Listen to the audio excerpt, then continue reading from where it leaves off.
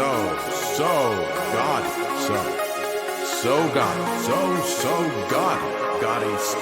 Gaudy stats. Good God, that's Gaudy. Dan, ever since James Harden arrived in Philly, you've been in my thoughts. I would say constantly. And you said when he first arrived, there was a bit of a honeymoon phase. You used the word. You said you felt tumescent.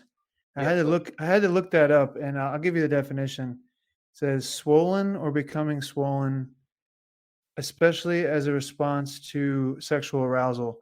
And I it's just a beautiful word. And what were you feeling in those first 5 games? Just describe to me. And of course, the viewer or listener. It was kind of like, oh, I didn't really understand what this sensation was initially, and it was joy because I hadn't felt that watching the Sixers in a very long time. Now that has since faded, but and don't get me wrong, like I'm still glad they made the trade, right? Like I fucking hate the guy who has the same name as you, as a basketball player and as a person. He's worthless at both. I can't stand him. I really can't. I really hate him. I hate to say it. I sports hate him. He is my least favorite Philadelphia athlete of all time. Maybe my least for a guy to play for the team, and he's maybe my least favorite athlete of all time. We're gonna have to see how the next couple of years play out, because JD Drew is still in the top spot, but Ben Simmons has a chance to end up there. If he's good for Brooklyn, then he will be my least favorite athlete of all time. So it's in the realm of possibility. Oh, I think it definitely is. And so I should have mentioned that you're from Philly, and I'm assuming you have friends back in Philly. Like what is the general vibe right now about the 76ers just heading into the playoffs? I'm curious because sometimes you don't know. Like you look online and there's a lot of people who are still really confident. There's other people who are already sounding the alarms.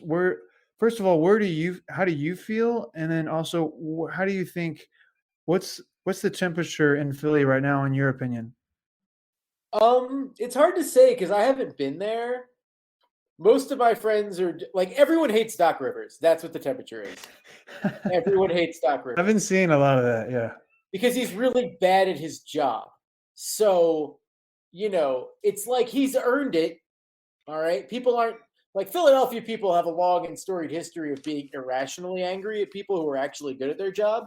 But this is not one of those cases. Like last night, Paul Reed goes off and Doc's like, we're not going on a Paul Reed victory tour. But it's like you're playing DeAndre Jordan over him. DeAndre Jordan is thoroughly fucking cooked, and that's a rough nobody's one. saying Paul Reed is going to be the reason the Sixers win a championship, but not getting roasted in the non-Embiid minutes is what they need. And DeAndre Jordan, I understand DeAndre Jordan was a very good basketball player 6 years ago, but he's not good anymore. And this, it's Daryl's fault for signing his ass. Because what Doc's going to do with him. Doc Rivers is going to go, ooh, DeAndre Jordan, I remember him being good at some point in my life. I'm going to play him. And so... yeah. And maybe he's a great locker room guy, but DeAndre needs to come down with a mysterious knee injury that keeps him out of the playoffs. Yeah. But the vibe is generally now everyone basically expects them to lose this Toronto series, from what I can tell. Wow. So, okay. Myself included. It's not because. Go ahead. I was just gonna say I was gonna ask you. You kind of stepped on one of my questions later, but so you really think they're going to lose? That's big. Yeah, I do. Well, how about that? Here's my first question. Then I'll just go ahead and skip ahead.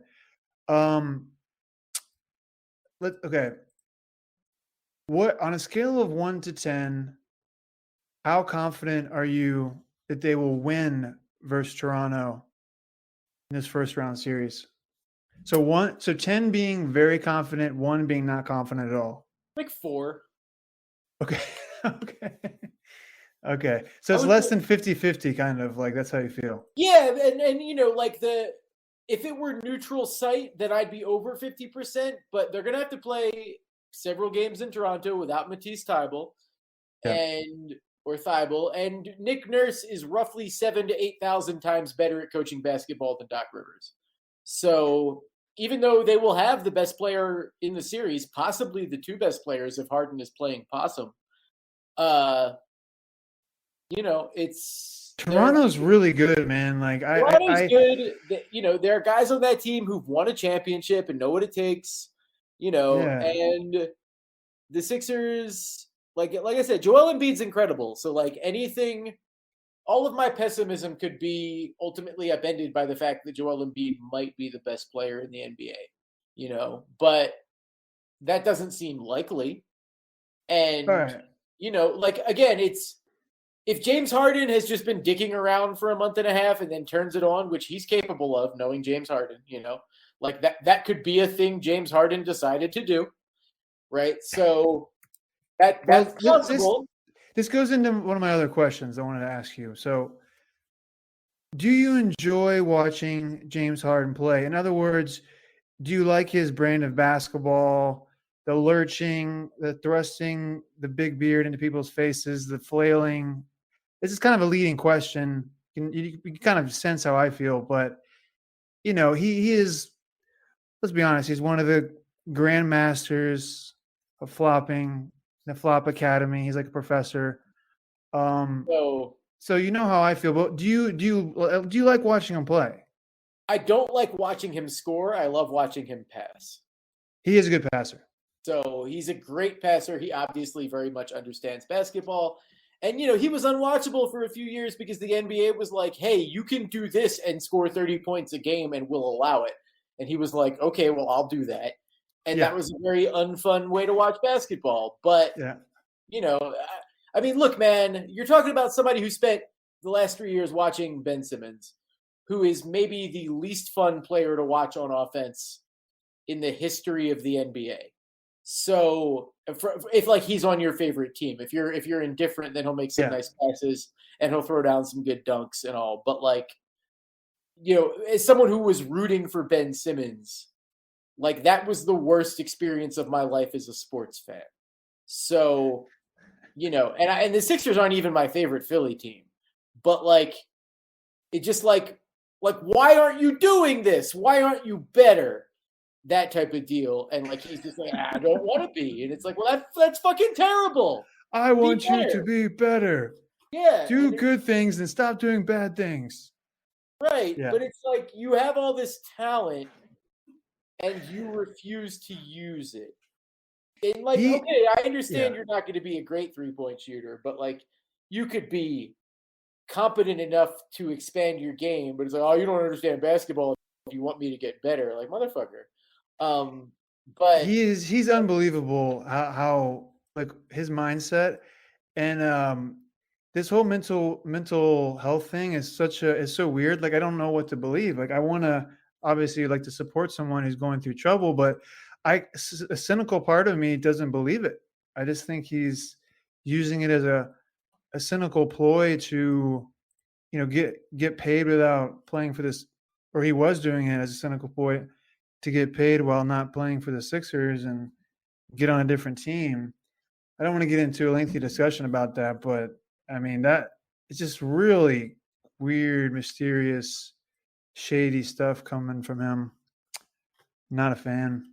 Yeah, I mean it's like I don't know how much of it's real, how much of it isn't. I don't think he's like lying about not being mentally prepared to play in Philadelphia. He's proven over the last 3 years he's not mentally prepared to play in Philadelphia. Mm-hmm. But but then now I'm hearing he might be back for the first round in Brooklyn, and it's like, okay, have fun with Giannis after not having played for a year. Good luck, my guy. And he somehow hurt his back by like sitting on a couch. I don't know. That's old news, but he got an epidural. He hasn't played any basketball, and he's like, he must be doing some secret workouts because they said he hasn't even been doing like 3-on-3 work, and now he's going to jump into the first round of the playoffs.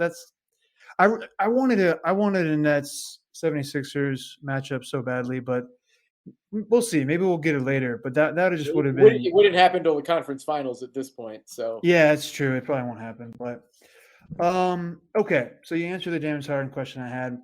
I'm fine with him. He's an improvement on the previous 3 years of the Sixers. Yeah, I think he sets the table on offense. You're right. He's a great passer. He does see the game very well. He's obviously like, I mean, the man was like a prolific scorer, and I think he could probably still go there. The only problem is he's like historically been just an awful playoff performer. So does that worry you at all? No, because I don't think that narrative's entirely accurate. Hmm. And again, like it's what he's being compared to, right? Yeah. Like, who's not going to pass up a shot in the last 30 seconds? James Harden. And if he does, it's going to be because he found somebody wide fucking open, or he did something right. So, like, he might not make it, but Are you positive? Are you positive he won't pass up a shot? Yeah, I don't know. Yeah. Because like a lot of podcasts have been talking about this in places. They're like, they had their power rankings for like under most pressure, players, and like in like articles I've seen as well on the Athletic and other places. And James Harden consistently is number one under most pressure because of how he left Houston, how he left Brooklyn, just the pressure on the Sixers in general. Doc Rivers is like he has like flop sweat from like the opening tip basically. There's like so much weight on the Sixers, like the pressure the fans put on them. And James Harden in general, yeah, you say it's narrative. I agree with some of that, but he also in some clutch games, it's pretty storied that he's come up short in a lot of times during the playoffs. That said, he's never played with a guy like Embiid. So I don't know, man. I think he's under a lot of pressure. Whether that gets to him or not, I don't know. But I like that you feel some confidence there because you got to feel some if you're a Sixers fan. This time last year, we were saying the same shit about Giannis, right? So, and if Chris Paul doesn't tweak his hamstring, then the Rockets probably beat a Warriors team that's considered one of the greatest NBA teams of all time. So, I understand that Harden missed like 432 consecutive threes in that fourth quarter. Like, that was bad. But at the same time, like you do that a million times, and that probably never happens again. Yeah, but for him it's we don't have to get into it in detail, but like against the Spurs that one year he had like 6 turnovers and like 11 points. He was like 2 for 15 or something in like a deciding game. I don't know. I'm not arguing that his resume is great. All I'm saying is that like of my concerns, James Harden in the playoffs is not in my top, let's say, 3 for the Sixers. All right, no, that's fair enough. Okay. Well, one guy who's going to be shouldering a massive load is Embiid. Now, my next question is, so a common sight at the end of playoff games. I love Embiid. I'm just going to preface this. I'm not hating too hard, but I will say a common sight at the end of these playoff games is like a lumbering Embiid, gasping for air, hands on knees, sweating profusely like a young Patrick Ewing. Are you confident he finishes these postseason games strong this year? I mean, during the regular season, I feel like he's been stronger in the fourth quarters. He still seems like sometimes he's like gasping for air, like struggling to get through these fourth quarters, but sometimes he seems stronger. What do you think? Are you confident? Yeah, I'm not worried about Joel. Okay. He's been different this year. Yeah, he's been great. And I'm worried about the minutes Joel's not on the court. I'm not worried about the minutes he's on the court. And that's part of what I was complaining about earlier. It's like DeAndre Jordan was like minus 14 in 3 minutes last night. I mean, I'm exaggerating slightly. He was minus 14. It was more than 3 minutes. But like, whereas everybody else on the team was positive. And it's just like, my biggest concern is Doc Rivers being bad at game coaching in basketball. Like, I've coached middle school basketball for 7 years now, and I have made more game-winning adjustments than Doc Rivers has in his entire life. And for me, it's like 3. Like, I'm not saying I do it all the time, I've made a couple. And Doc has just made none. So, I mean, prove me wrong, someone on the internet, or don't. I don't care. I'm going to stick to my narrative regardless of how true it is. But, like he won a championship with Kevin Garnett and Paul Pierce and Ray Allen. Like that's three other coaches who also happen to be Hall of Fame basketball players. Not to mention Rajon Rondo turning into like one of the best players in the league. So yeah, he didn't get in their way, and obviously like players like him and respect him, and that's worth something. Don't get me wrong. I'm not suggesting the Sixers should fire him right now, but he can't be the coach of the team next year unless they win a championship, which they won't. So. Wow. So you don't think they're a champion? They don't have a championship ceiling? Well, all right. So I'll put it this way. Okay. So like, let's say a house is like the ceiling of a house is a champion. So the roof of the house is a championship, like the attic.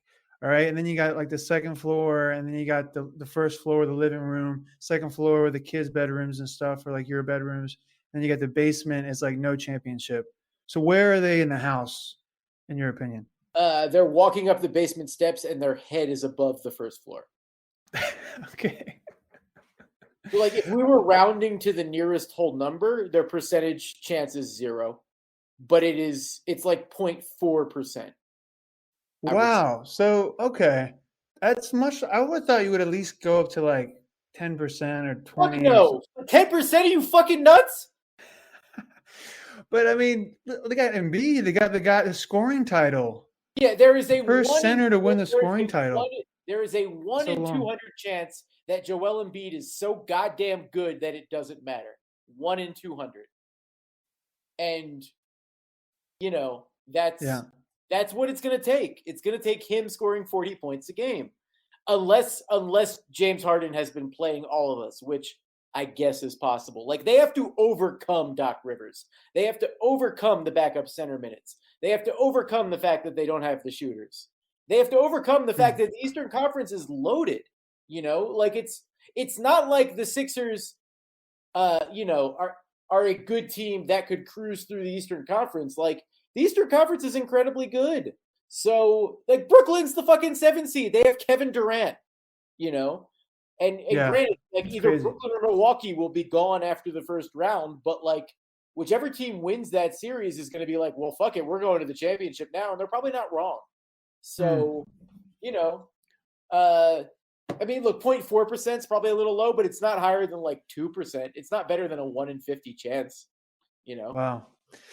All right. Well, that's fair. That's how you feel. With Ben Simmons, it was with Ben Simmons playing or not playing, it was 0. So the trade improved it, But yeah. Well, so yeah, they need a lot from guys like Danny Green, who was on fire the other night. I think he was like 6 for 7 from 3, but he's been hurt a lot of the year. He's old, and without Thybulle in Toronto, as you said, which is huge, they're going to need a lot from guys like Danny Green. And that goes into my next question. This is like a, boilerplate, pretty classic question, but who is the 76ers X factor? For me, it's one of my favorite young players in the league, Tyrese Maxey. Yeah, he's the only answer. He's the only. The X factor, it's that or DeAndre Jordan's knee ligaments blowing out, because that would really help the team. They got to give Paul Reed some minutes, especially with Thybulle out. They got to get him at least like 15 minutes or something. I mean, with Thybulle out in Toronto, that might force Doc's hand, but Doc is so like committed to veterans that I am not optimistic. And speaking of the Toronto series, have you heard of the man named Scotty Barnes? I'm aware of him. Not very aware, but I'm aware. You're gonna become really aware of him. He's honestly like a revelation. That whole Toronto team. You think I'm gonna watch these games? You're gonna watch them with like with your hands over your eyes, kind of. I'm not watching this fucking first round series. Absolutely not. They haven't earned that from me. Are you serious? Yes, Come I'm on, serious. man. You gotta watch. I have a life to live. I know you haven't seen a lot of Toronto, probably, but I will check the score after the third quarter, and if they are up by a lot, I will put it on. Dude, I'm just telling you right now, you should watch, because there's a real real chance they're going to lose to Toronto because Toronto plays super hard. All their guys besides Fred VanVleet are like 6'8" and above. Most of them are 6'9".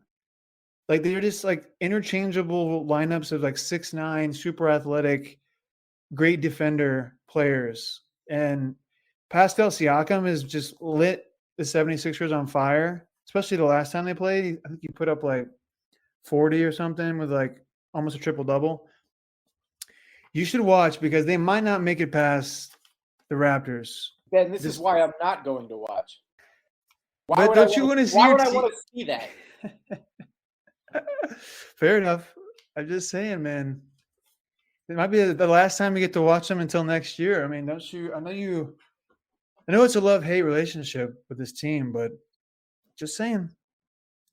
No, but yeah, I don't do that to myself when it comes to Philadelphia sports teams. Like in football, it's different because like you only get one playoff game, right? It's only one game. If the Sixers are playing a one and done against Toronto, I'd watch it. But like I'm not. If it comes down to an elimination game, then sure, I'll watch that.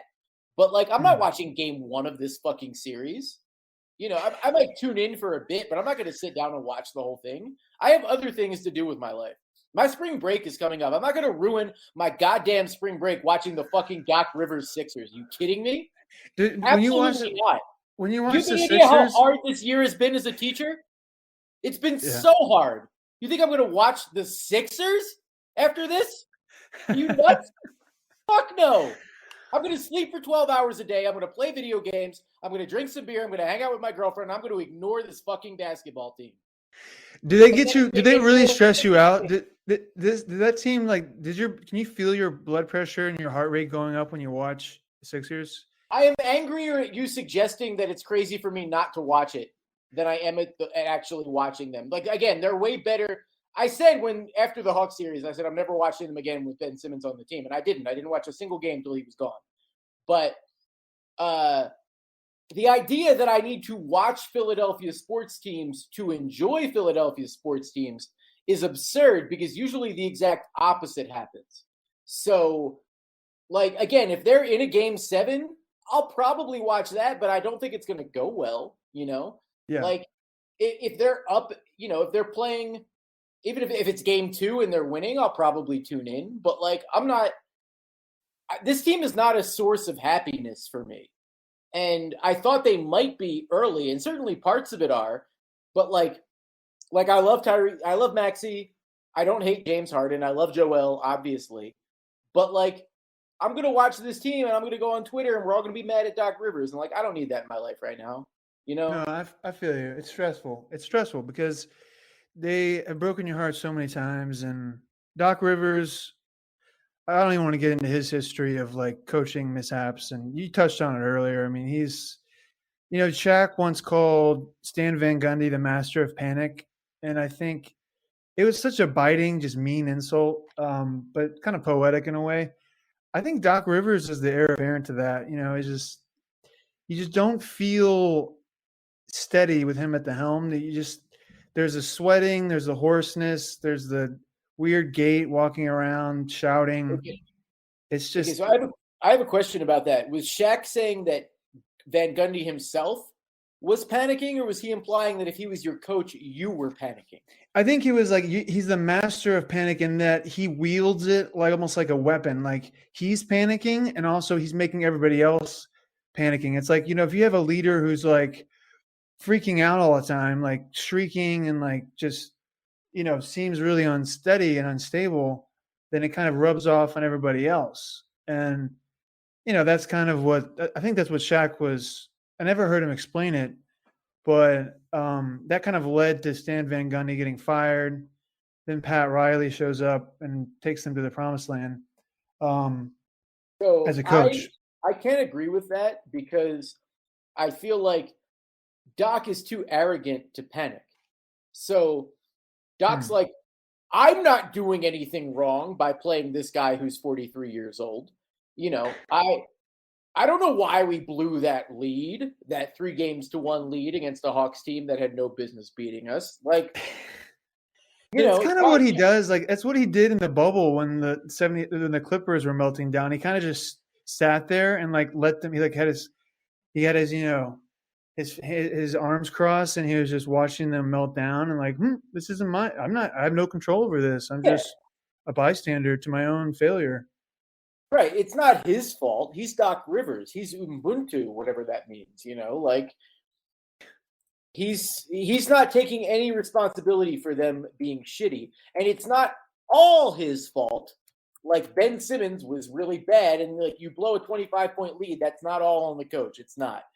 But the idea that like I don't think Doc is panicking. He's too arrogant. He's too oblivious to his own failures. Yeah, I think you might have swayed me there. You might have swayed me. But, I think, I respect that you don't want to watch this game because it's just too stressful. It's too annoying. It's whatever. I get that. But I will say just Tyrese Maxey by himself is a reason to watch just because of his development. Like I don't think they would even trade Tyrese for Ben Simmons right now. You know what I'm saying? Like they're not even, I think his value is much higher than Ben Simmons' value right now. And it's just because he's played so well. I don't know. It remains to be seen how well he'll work out with James Harden kind of long term, I guess. It's been kind of mixed results so far because I think when he has the ball in his hands more, he just seems like he's more effective. But, we'll see what happens. I'm really excited to see him in the playoffs because got a little taste of it last year and little spurts in the playoffs. I thought he played really well.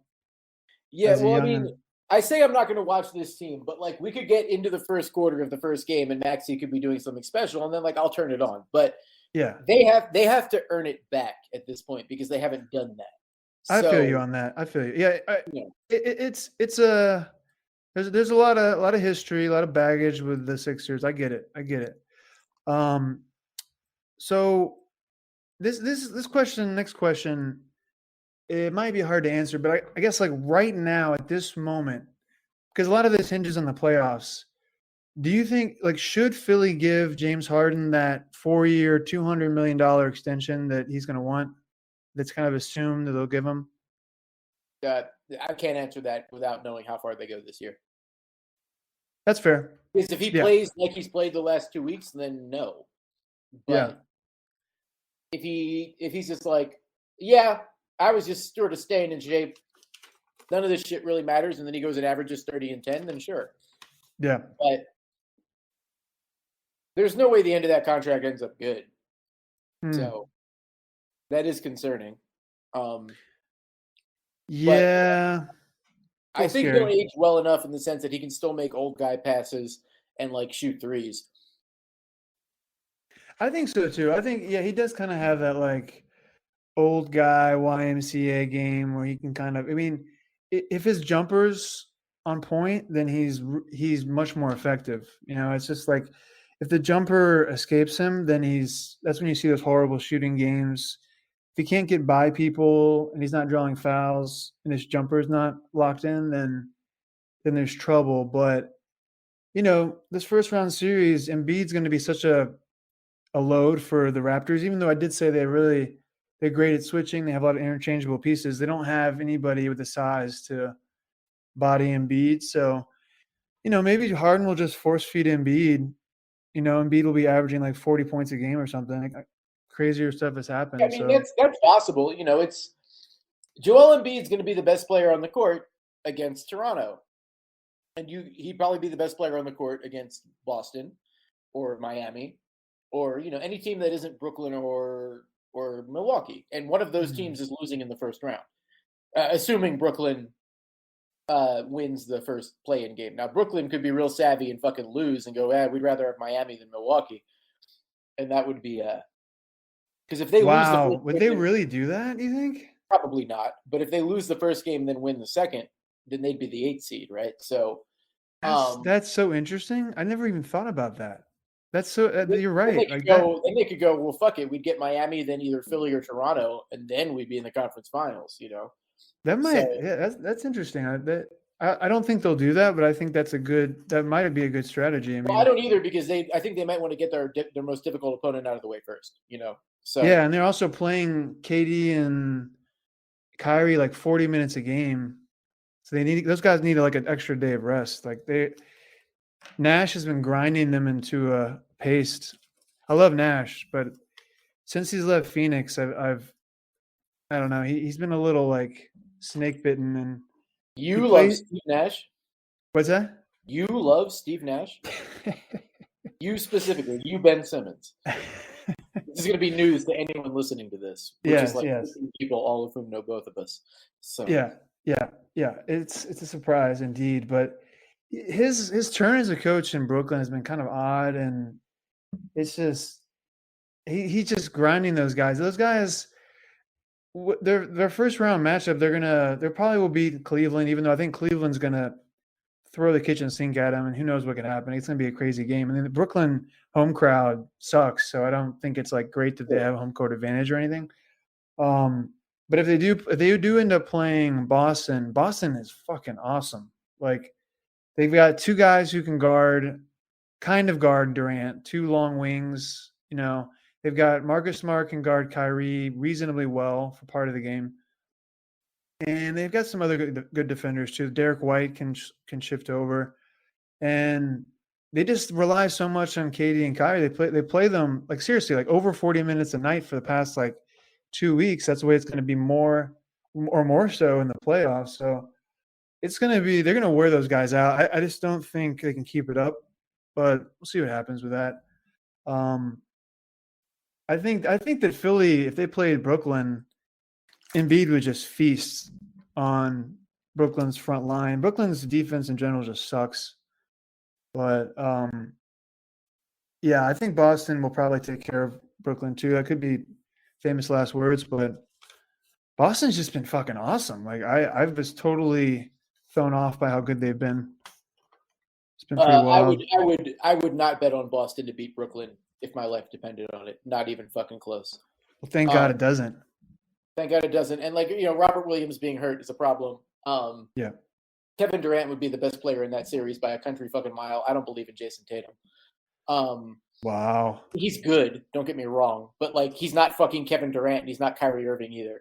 So, you know, like what the fuck has Jason Tatum won other than beating a shitty Sixers team in the playoffs? So, you know, I mean, he's had some good playoff moments. I know you're saying though. I know you're saying. Yeah, but he's young, he's good, but let's let him earn it before we're fucking suggesting he could beat Kevin Durant in a playoff. I think it would be more of a collective thing. I agree that I've been hearing that a lot too. Like, you know, KD and Kyrie are the best players in the series. Like that's the way it looks now. But I think Tatum, what he's shown this year and then previous years, kind of the cumulative effect. I think he's going to level up in these playoffs, and I think he put like 50 on the Nets earlier this year. Like the Nets can't fucking guard anybody. Like they literally, their defense is horrible. Like they barely beat the Pistons recently. They're beating all these shitty teams lately. Everyone's starting to crown them. Like they haven't played a good team. They're going to play well. I agree, but I'm just saying like Boston has more good players than Brooklyn. Brooklyn has the best two players, but Boston, I think collectively has a better team. I agree about the Robert Williams thing though. That's a good point. I mean, he is super athletic, great defender. It's gonna be fun, man. I can't wait to watch the play-in. I can't wait to watch the playoffs. I'm what'd you say, tumescent? I'm tumescent. I wouldn't doubt it coming from you. Yeah. Well, man, is there anything else you want to talk about? Because that's all the questions I had. I don't really have anything else. No, I mean, I'm definitely looking forward to the playoffs. I'm just not looking forward to the Sixers in the playoffs. So, well, give me your what's your favorite other team or storyline, or what are you most excited for? That's a good question. I mean, I think if you're asking me who I think is going to win the title, it's Milwaukee. Until somebody proves they're better than them, which could happen in the first round. But I think whoever wins that Brooklyn-Milwaukee series is coming out of the East. That's not a bold prediction, mind you. And Phoenix, how many games did Phoenix win this year? Oh my God, dude. So many. I got to double check. 64. So okay, that's very good. Yeah. I don't know how to feel about them. I'm a Suns fan, as you know, but I'm on record saying I've always hated Chris Paul. He annoys the shit out of me. I can't stand him. I really don't like Devin Booker either. They're just the team. There's like this humorless kind of they're just annoying people, I guess. I don't know what to say, but I do love watching the team play basketball. I'm really excited about some of the young guys. So I mean they're the team to beat, it seems like. So I guess for me though, I'm really excited to see the Warriors. Like I want to see Steph back. I want to see Steph, Klay, and Draymond, that triumvirate kind of reunite and make some noise in the playoffs. They were so good earlier in the year without Klay, and then having Klay back. Klay scored 40, I think, a couple nights ago. He's starting to heat up, getting hot. And if they can be clicking on all cylinders, it's going to be nice. I think they are going to encounter some issues with the Nuggets, with Jokic, because they've just gotten battered by skilled big men recently. And because Kevon Looney is their answer to Jokic, and he's like, talk about a lumbering galoot. He's just not really the counter to Jokic. Nobody is, but that's going to be rough. But Draymond's starting to look like himself. He's had a couple Draymond-esque games back to back with near triple doubles, lots of defensive stats. And yeah, man, if they can click on all cylinders, and Jordan Poole is like a bona fide. I don't know if he's a star, but he's like close to it. And I cannot wait to watch them play. So that's my team. Yeah, they'll be fun. I mean, the Warriors have always been fun. Even with Durant, it was kind of annoying, like how inevitable they were. But from an objective basketball standpoint, they were still fun, right? So I'm definitely looking forward to seeing them. Jokic is fun. I want to see if Doncic can actually get out of the first round. Yeah, he hurt his calf the other night. Hopefully, it's not too bad. Well, he'll smoke a few cigarettes in the locker room and get over it. And then. Yeah, I mean, I really don't. I would love to see Boston lose in embarrassing fashion. It's not going to happen against Chicago, but I would love. Well, they're not playing Chicago. I think the Bucks are playing Chicago. No, I thought Boston's the 3 seed. The Boston's 2nd seed. Oh, Boston ended up as the 2. This whole time I've been saying Milwaukee's going to play Brooklyn. You haven't corrected me. Why haven't you corrected me? I think you were talking about the next round. I thought you were talking about the next round. No, I meant in the first round. You're telling me that Boston's getting the 7th seed? Yeah, man. So Boston could end up getting Brooklyn? Yeah, they most likely will. Boston passed Milwaukee? Yeah, they had the tiebreaker over Milwaukee. They tied. So them the 76ers and the Bucks tied for basically all tied. They both are 2 games back of the Heat. And Celtics had the tiebreaker over the Bucks. Bucks had the tiebreaker over the Sixers. So that's how that worked its way out. So Brooklyn definitely wants to be the 7th seed. Yeah, I mean, you really don't have a lot of confidence in Boston. I don't know if you've watched them play this season, especially lately. They're like 0 minutes. They're a completely different team, man. They're not the same team that you're familiar with.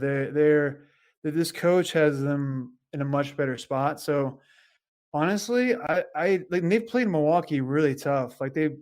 They lost to Milwaukee before the season ended, but it was without some of their best players, and they still almost won. And I don't know. I think they're just really well coached.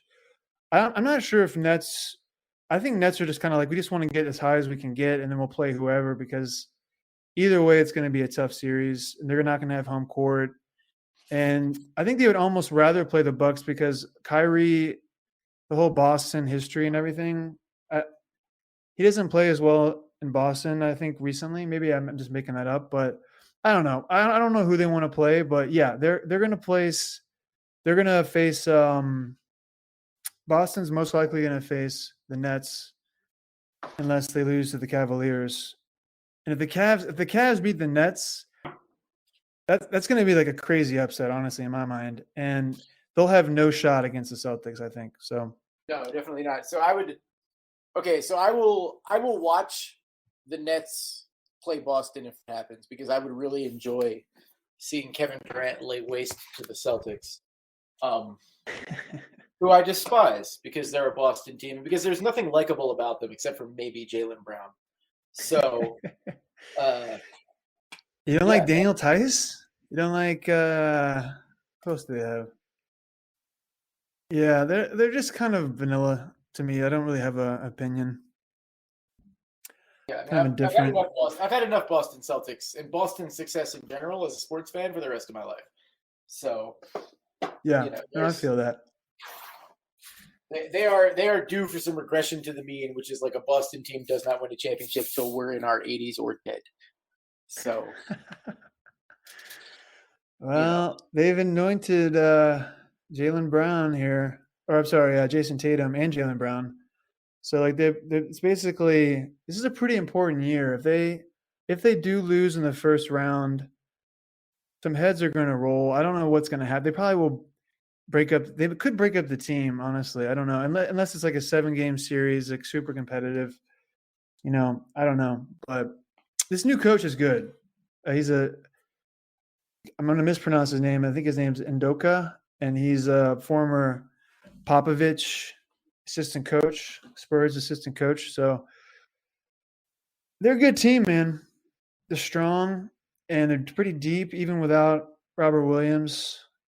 I don't know. I'm kind of talking myself into them, but I like the Bucks too. I'm kind of with you. I think the Bucks are probably the favorite in the East, and no one's giving Miami the time of day. They're still pretty good, but you know, yeah, I want to see Luka play. I want to see Jokic. I wish Kawhi would come back. I think it'd be hilarious if he came back, and if they get into the first round against the Suns or something. If Kawhi came back, you know, to face the Suns, I mean, it wouldn't be good for my team, but I just think it would just be funny. yeah, there's a lot of stuff in play, and we'll see how it goes. None of it will involve the Sixers winning the championship, though. That is wow. It's one of the greatest reverse jinxes I've ever heard. It's not a reverse jinx, Ben. I genuinely believe this. I'm a Philadelphia sports fan. I did not believe the Eagles were going to win the Super Bowl until like 2 minutes after the Hail Mary hit the ground and there were still no flags. I remember. I was like, all right, the Eagles won. Fine. Yeah, you were pretty pessimistic, but they ended up. What a great moment for you. That was. I still remember your voice. You were elated. Yeah, that's right. I talked to you shortly thereafter. Pure joy. Let's end on that note. Yeah, it's a beautiful thing. All right, man. Good talking to you. Good luck. Right, thanks, man. Talk to you later. Bye-bye. Bye.